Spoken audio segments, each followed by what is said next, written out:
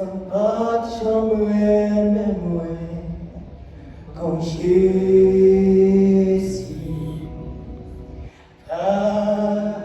que yo lo consumí, con lui. Non, quello che blanchit aujourd'hui. Oh, à la réalité,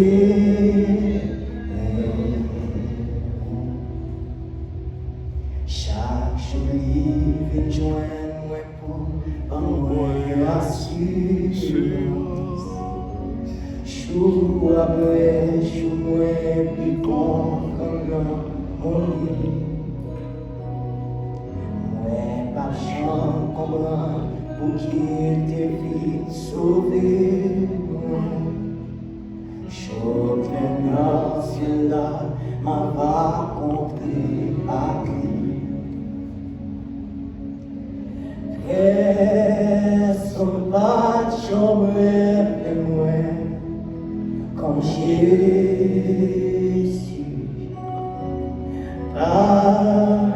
que on doit consommer comme lui. Non, pour l'homme qu'a blanchi péché qui vous envie. Oh, à la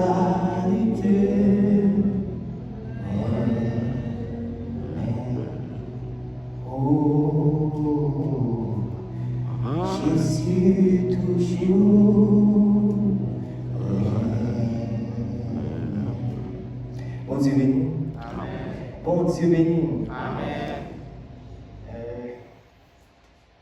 Je me souviens de ce que Dieu a fait. Amen.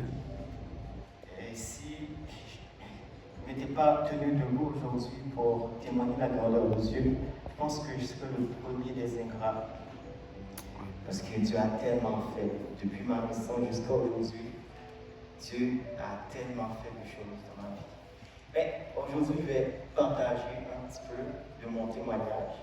Peut-être qu'un jour, j'aurai le temps pour dire en grande partie ce que Dieu a fait. Mais aujourd'hui, je vais cibler des événements qui ont marqué quand même ma vie et je veux les partager avec vous.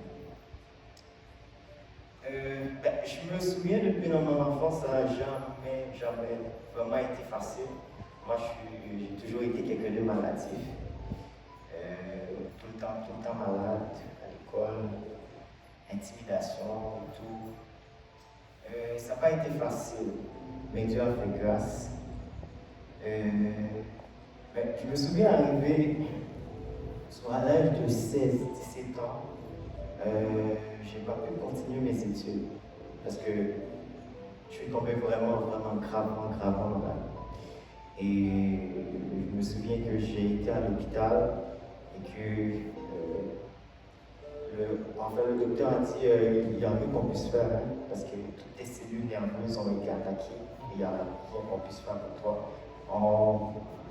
J'y allais souvent pour des injections dans la tête.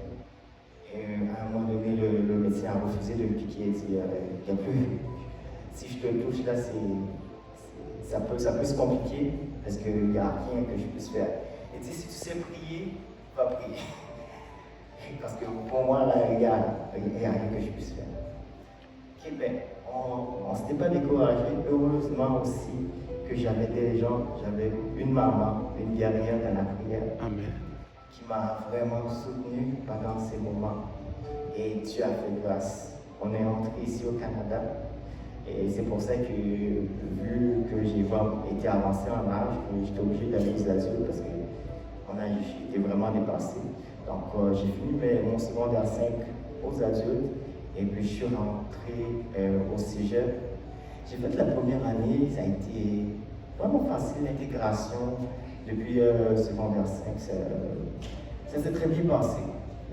Deuxième année au cégep, idem. Mais arrivé à la troisième année, depuis c'est pas fin vacances, début session, troisième année.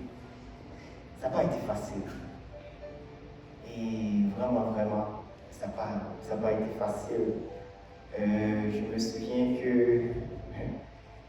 j'ai eu vraiment des problèmes au niveau de la tête. C'est comme une attaque de folie. Je me souviens que j'avais cours, parce qu'on a cours plusieurs périodes de la journée, des fois c'est pas le matin, c'est en début d'après-midi, ou sinon c'est à 4 heures. Je me souviens, j'avais un cours à 2 heures, et je suis parti de chez moi. J'avais conscience que je suis parti de chez moi. Il était midi, parce que là je sais que j'avais des difficultés à marcher, je voulais prendre de l'avance. Je pense que je suis parti à midi, il était 4h30, je n'étais pas encore arrivé au cours, à l'école. Je n'ai pas pu assister au cours cette journée-là. Je suis allé prendre, là j'habitais à Laval, je prenais la 26 pour aller au métro Montmorency, parce que le collège de Montmorency c'est tout près du métro. Je prenais le premier autobus, je ne sais pas ce qui me passait, je ne pouvais pas rester dans l'autobus. Je descendais l'autobus, j'attendais un autre. L'autre arrivait, je prenais l'autre. J'étais comme quelqu'un de tourmenté, c'est comme si je ne peux pas rester dans l'autobus, il y a quelque chose qui m'empêche de rester dans l'autobus, je ne sais pas. Puis, arrivé au beau milieu du chemin, je m'arrête, je descends, puis j'attends l'autre, comme ça, jusqu'à la 5e. Arrivé à l'école, pour monter les marches, on dirait que ça s'est multiplié par 25 ou 50%, je ne pouvais pas monter les marches. Et finalement, une fois arrivé, j'étais tellement en retard que j'avais honte d'assister au cours. C'était un peu ça pendant toute l'année.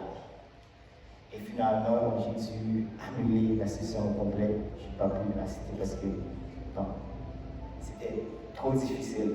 À un moment donné, je ne pouvais même pas lever de mon lit parce que c'était vraiment pas facile. Et je me souviens que j'avais commencé à perdre le sens de direction. Okay? J'avais commencé à perdre mon focus. Tout ça s'est passé dans 2019-2020. J'ai commencé à perdre mon focus. Admettons, je ne pouvais pas dire au Luxon, tu pars d'ici, tu t'en vas là-bas.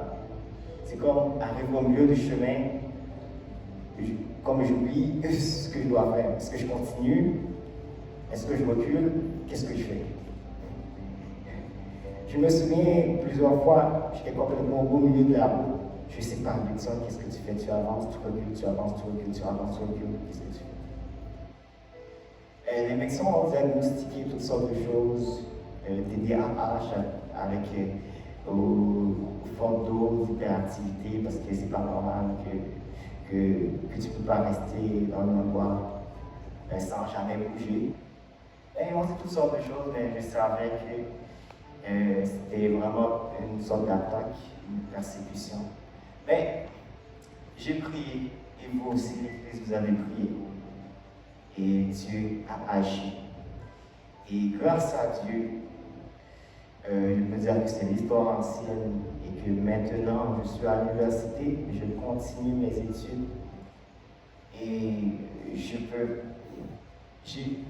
retrouvé mon sens de direction. J'ai mon focus maintenant, j'ai toute ma tête.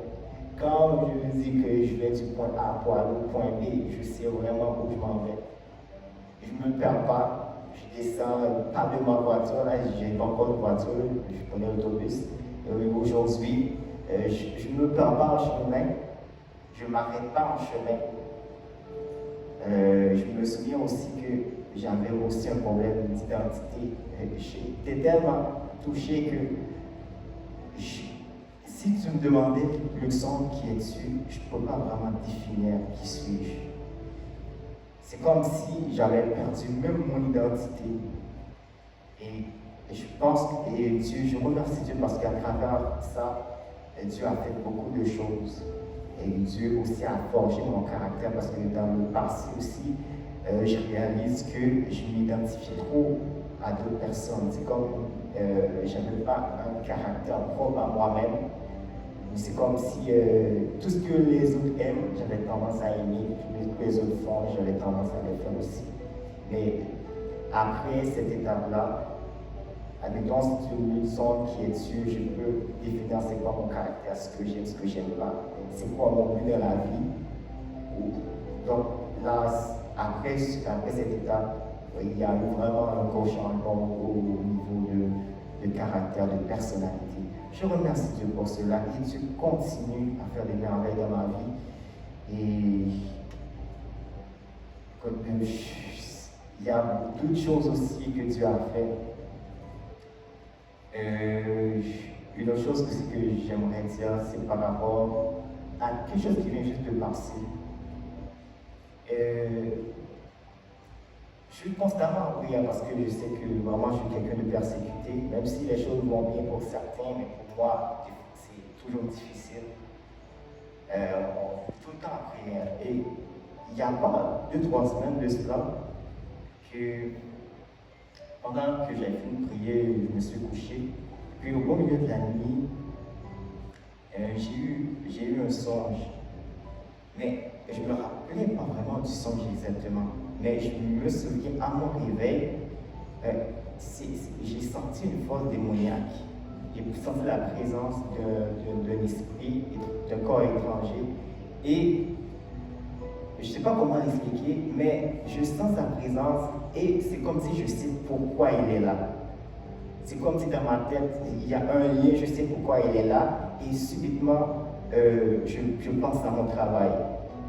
Et là, une fois que je me suis... Et puis, juste après, je me suis réveillé en sursaut.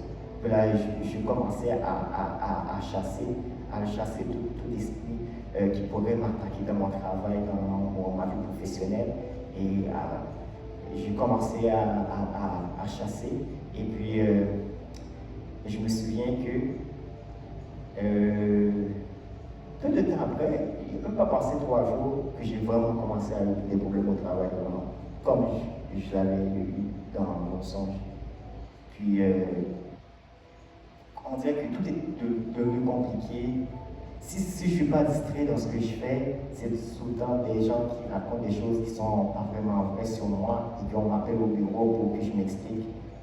J'ai toujours des choses à expliquer, toujours à me défendre, toujours à dire je ne comprends pas pourquoi on dit telle chose de moi, je fais tout le temps mes affaires, je fais ci, je fais ça. Donc c'était devenu compliqué et la boss commence à se fâcher contre moi pour sans raison valable. Et puis ça a été difficile pendant 2 semaines.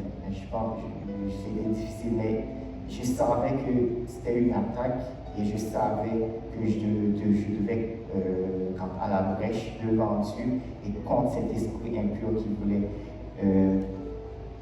voulait me piéger. Un peu de temps après, j'ai eu un autre songe. Je me voyais c'est comme une prison, mais c'est comme si on m'a attiré. C'est comme une personne c'est comme une forme de marketing. On t'attire, mais tu ne sais pas que c'est un piège. Mais on essaie de t'attirer. C'est comme on te présente un produit, on essaie de dire toutes les qualités du produit, mais en réalité, le produit n'est pas bon pour ta santé. Puis c'est comme ça, c'est comme un gros bâtiment, et puis on m'invite à y entrer. Et moi, je vais commencer à m'expliquer des choses, ok, je trouve ça intéressant. Et puis une fois rentré, là, je trouve que ça se transforme en prison. Et je me souviens que je tentais de m'échapper, mais je ne pouvais pas m'échapper. Et puis, il y a eu comme un tumulte, une sorte de division. C'est comme il y a quelque chose qui s'est passé dans la prison et l'attention des gars se sont détournés. Et puis moi, j'en ai saisi l'occasion pour m'échapper. Et je me souviens du verset qui dit « Le filet s'est rompu ». Et je me suis échappé. Et pour de vrai, je me suis échappé pour de vrai. Parce que la semaine suivante, ça a été le temps des félicitations. Il y a 2 semaines de cela, on m'accusait, on dit toutes sortes de choses que j'avais faites de temps correct, exactement, qu'est-ce qui se passe, Emmanuel, qu'est-ce qui se passe.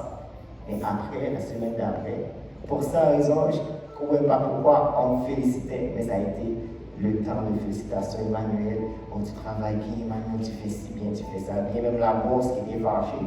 On dirait que c'est comme quelque chose qui était sur off, on a mis sur on, et puis d'un coup tout a changé. Donc je remercie Dieu parce qu'il continue à faire des merveilles dans ma vie. Et je bénis son nom. Tôt ou tard, peut-être que, je ne sais pas, que j'aurai plus de temps pour dire, mais parce que j'en ai beaucoup à dire. Que Dieu vous bénisse. Amen.